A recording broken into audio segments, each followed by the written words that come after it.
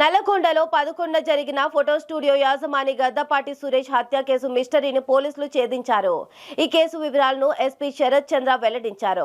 హైదరాబాద్ కు చెందిన విశ్రాంత ఎక్సైజ్ సిఐ మాతరి వెంకటయ్య తన కుమార్తె ఉమామహేశ్వరిని నకిరేకల్కు చెందిన గద్దపాటి సురేష్ తమ్ముడు నరేష్ కు ఇచ్చి 2017లో వివాహం జరిపాడని ఎస్పీ తెలిపారు.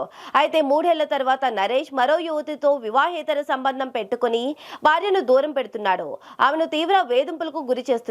దీనిపై భార్యాభర్తల మధ్య కోర్టులో కేసు నడుస్తుంది. నరేష్ మరో యువతితో సంబంధం కొనసాగిస్తూ ఓ బిడ్డను కన్నాడని అతడి మామ వెంకటయ్య తెలుసుకున్నాడన్నారు. అంతకు ముందే నరేష్ కూడా మరో మహిళతో వివాహేతర సంబంధం పెట్టుకున్నాడని, తన అల్లుడు నరేష్ చెడిపోయేందుకు సురేష్ ప్రోత్సాహమే కారణమని మామ వెంకటయ్య భావించాడు. ఈ క్రమంలో వెంకటయ్య ఆయన కుమార్తె ఉమామహేశ్వరి సురేష్ ను హత్య చేయించడానికి నిర్ణయించుకున్నారు. అనంతరం డీల్ కుదుర్చుకుని హత్య చేయించారని ఎస్పీ వెల్లడించారు. కేసులో వెంకటయ్య, కిరణ్ కుమార్, జగదీష్, ఉమామహేశ్వరిని అదుపులోకి తీసుకున్న పోలీసులు నిందితులను కోర్టులో హాజరుపరిచారు. మణికంఠ లేజర్ కలర్ ల్యాబ్ ఈ లొకేషన్లో దీని ఓనర్ సురేష్ గడపాటి సురేష్ది మనకి మర్డర్ రిపోర్ట్ అయిందండి.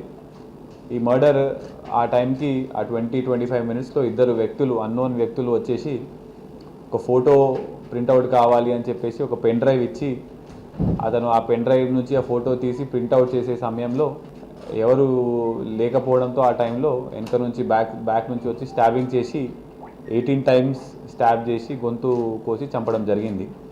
అయితే దీనికి మనకి అఫెన్స్ రిపోర్ట్ అవ్వగానే ఎమ్మటే మన డిఎస్పీ నల్గొండ గారి ఆధ్వర్యంలో ఒక 3 ప్రత్యేక బృందాలు మనం ఏర్పాటు చేసి ఇన్వెస్టిగేషన్ స్టార్ట్ చేయడం జరిగింది. దీనికి ఈ కేసుకి సంబంధించి బ్యాక్గ్రౌండ్ ఏంటంటే, మన డిసీజ్డ్ సురేష్కి there is one brother by the name Naresh.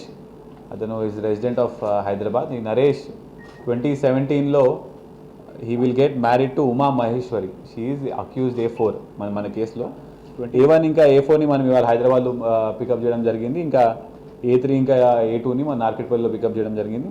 వీళ్ళ దగ్గర నుంచి మనము ఒక మారుతి జెన్ కార్, ఒక టూ బైక్స్ సీజ్ చేయడం జరిగింది. ఒక 6 సెల్ ఫోన్స్ కూడా సీజ్ చేయడం జరిగింది. వీళ్ళందరినీ మనము రిమాండ్ పంపుతున్నాము.